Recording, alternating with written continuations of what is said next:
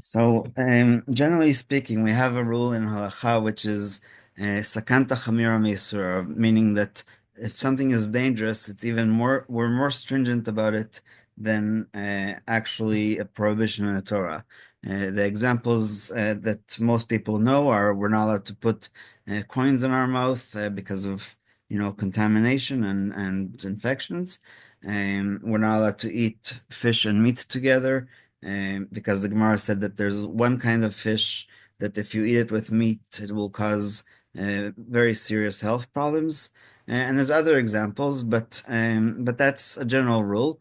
And the other thing that we have to note is that there's things in the Talmud which seem to be medically sound, but with our modern medicine, we could say, we proved them wrong. For example, the halacha of not eating after sunset on Shabbat afternoon, unless you started before sunset until Havdalah, is like that. It sounds like it's medical, and the Gemara actually says that somebody who does eat can be privy to um, ascara, which is some kind of infection of the esophagus where basically we're not able to swallow anymore. And it sounds more like a punishment than an actual consequence. But ruach ra'ah is might be explained nowadays as germs and viruses because it's something that we can't really see, but the rabbis already knew about it almost 2,000 years ago. So if you remember, we said yesterday that the nafkamina, meaning the deciding factor about whether or not you have to wash your hands based on the reasons, was that we said that if somebody wore gloves during the night, if it's only because of touching their covered parts of the body, then technically they shouldn't have to wash their hands.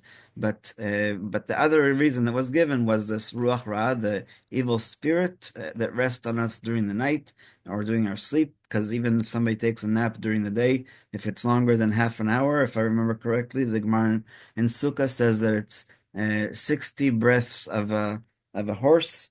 I'm guessing that's deep breaths. Rav Tzuriel told us that he asked a person who has horses, and he said that it's approximately half an hour. So after half an hour of sleeping, even during the day, one must wash their hands uh, and make the blessing of Netilat Yadayim.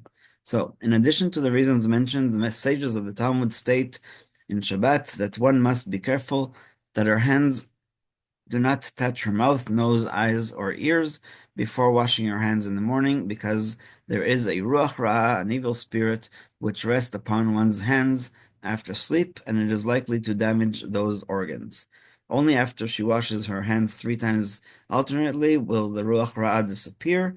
Again, we don't understand how it disappears, but in terms of cleanliness, we do know that washing with warm water and soap or 3 times even without soap removes those germs, etc. And subsequently, the danger caused by touching any of her bodily orifices will be eliminated. Although the main reason for Netilat Yadayim is to prepare and sanctify oneself for praying Shacharit and for the service of a new day, and it is for this reason that the sages instituted the bracha of Al Netilat Yadayim for washing our hands. We are also careful about the Ruach Ra'ah and therefore take care to wash our hands 3 times alternately. In the temple, by the way, the Kohanim also had to wash their feet. So, and most people aren't able to touch their foot to their nose or their eyes, so it has to be at a different level that we don't really understand. And this means that we first wash the right hand, then the left, then again the right and left, and again right and left. And the Sephardim, by the way, also for washing for bread, do 3 times.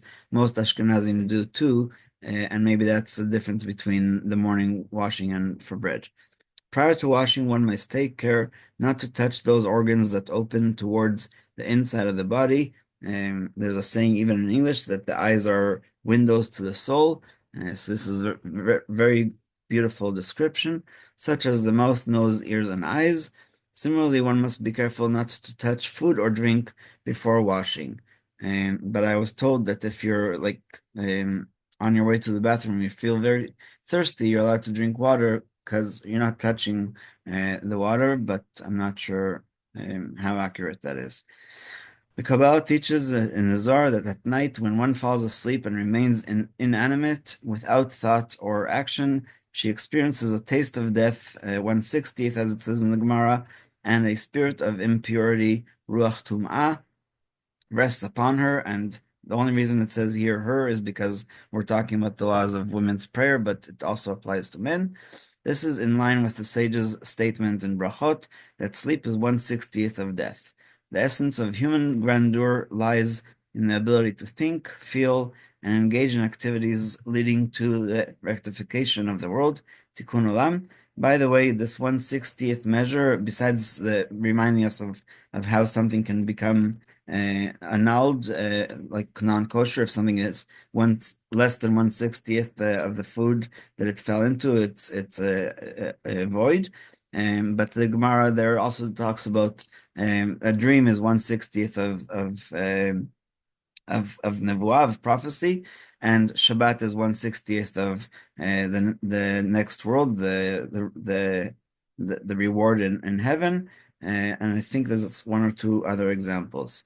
The essence of human grandeur lies in the ability to think, feel, and engage in activities leading to the rectification of the world.